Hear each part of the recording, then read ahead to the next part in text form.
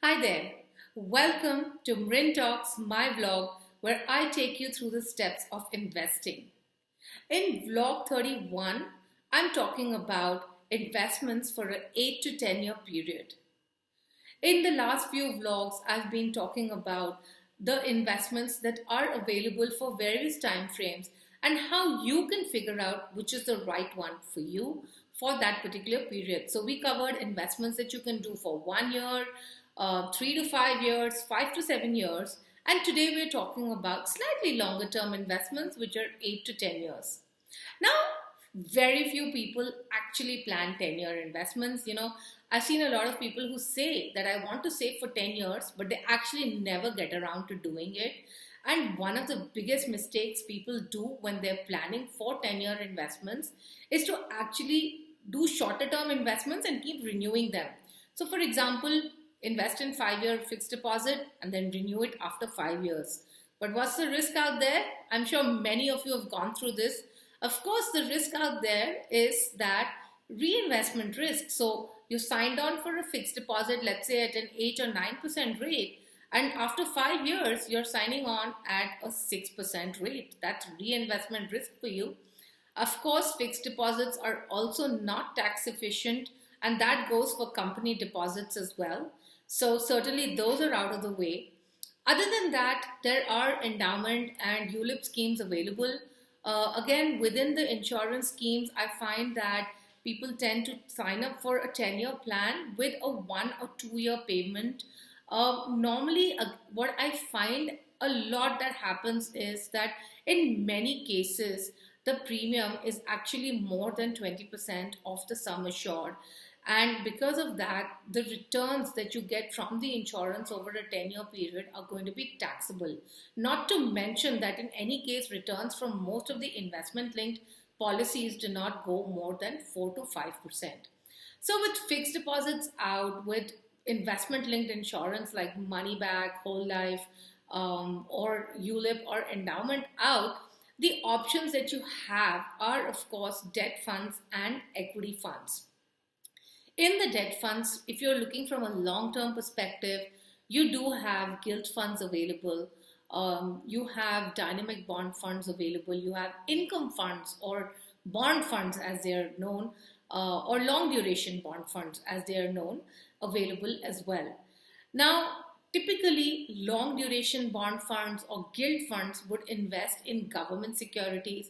And as I have said in my vlogs earlier, that government securities, while they're very, very liquid, they're highly traded and they continue to be very, very volatile.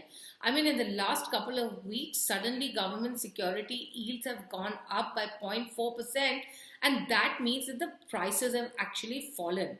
So, for an investor, it's honestly very difficult to figure out. And what I normally see is that the moment people see volatility, especially in debt funds, their first thought is, let me just exit at this point in time. I don't want to see negative returns in my debt fund. So on debt funds, I always recommend that whether it is a 3 year or it is 5 or it is 7 or it is 10 years, go in for short term debt funds.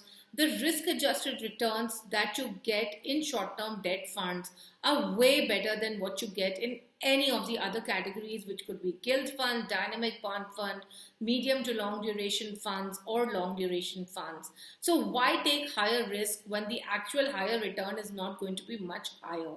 Just stick with short term debt funds. Of course, you can check out the FinSafe website to check what are the funds that you can invest into, which have been chosen based on long term consistent performance and good quality of portfolio.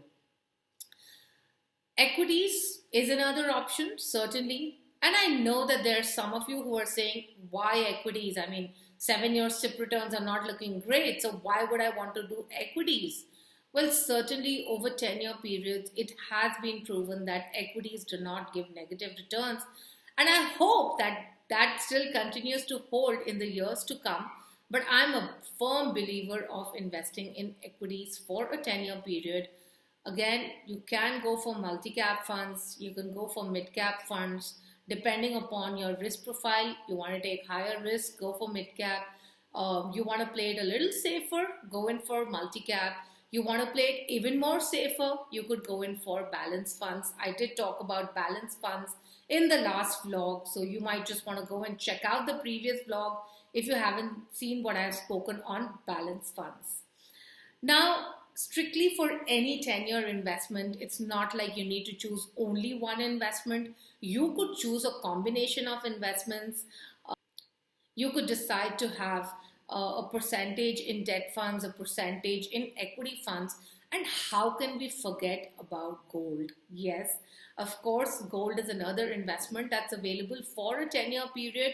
Um, Gold returns over 10 years have been fantabulous, especially if you look at the last 20 years. But remember, the right way to invest in gold is through the sovereign gold bond scheme. It is most tax efficient because the returns at maturity are completely tax free. So in that sense, it's more efficient than the ETF. Of course, the ETF has higher liquidity, which means that you can buy and sell at any time, whereas with the SGB, there is a 8-year lock-in. There is some liquidity available on the exchanges, but honestly, the trading is really very, very low. So I wouldn't really count on it. Certainly, physical gold is a big, big, big no, considering that you're paying 25-30% in overhead charges. You don't get the purest form of gold. So certainly, physical gold is out. So the options that you have are equity funds, debt funds, balance funds, and gold. And as I said, you could decide to allocate between these investments. And the decision on how much you want to allocate where is really dependent upon what sort of risk you want to take or what sort of allocation you want to have. I did talk about multi-asset funds in my last vlog as well. Again, I'm not too keen on them, but if you find it very, very tedious to allocate on your own, you could just go in for a multi-asset fund as well. Make sure you click on the bell icon to subscribe. We do eagerly wait to hear your feedback. Till then, cheers.